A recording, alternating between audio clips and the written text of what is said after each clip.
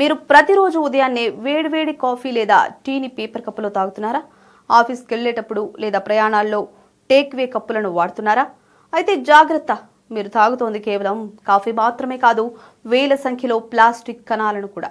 Journal of hazardous materials ప్రచురించిన ఒక సంచలన అధ్యయనం ప్రకారం మనం వాడే డిస్పోజబుల్ కప్పుల వల్ల మన శరీరంలోకి భారీగా మైక్రో ప్లాస్టిక్స్ చేరుతున్నాయి.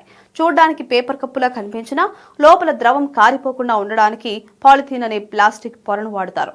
కాఫీ ఎంత వేడిగా ఉంటే అంత తక్కువ ప్లాస్టిక్ కణాలు విడుదలవుతాయి. 5 డిగ్రీల వద్ద ఉండే చల్లని పానీయాల కంటే 60 డిగ్రీల వద్ద ఉండే వేడి పానీయాల్లో ప్లాస్టిక్ విడుదల 33% ఎక్కువగా ఉంటుంది. రోజుకొక ప్లాస్టిక్ కప్పులో కాఫీ తాగే వ్యక్తి ఏడాదికి దాదాపు 3,63,000 మైక్రో ప్లాస్టిక్ రేణువులను మింగేస్తున్నాడని ఈ అధ్యయనం హెచ్చరిస్తోంది.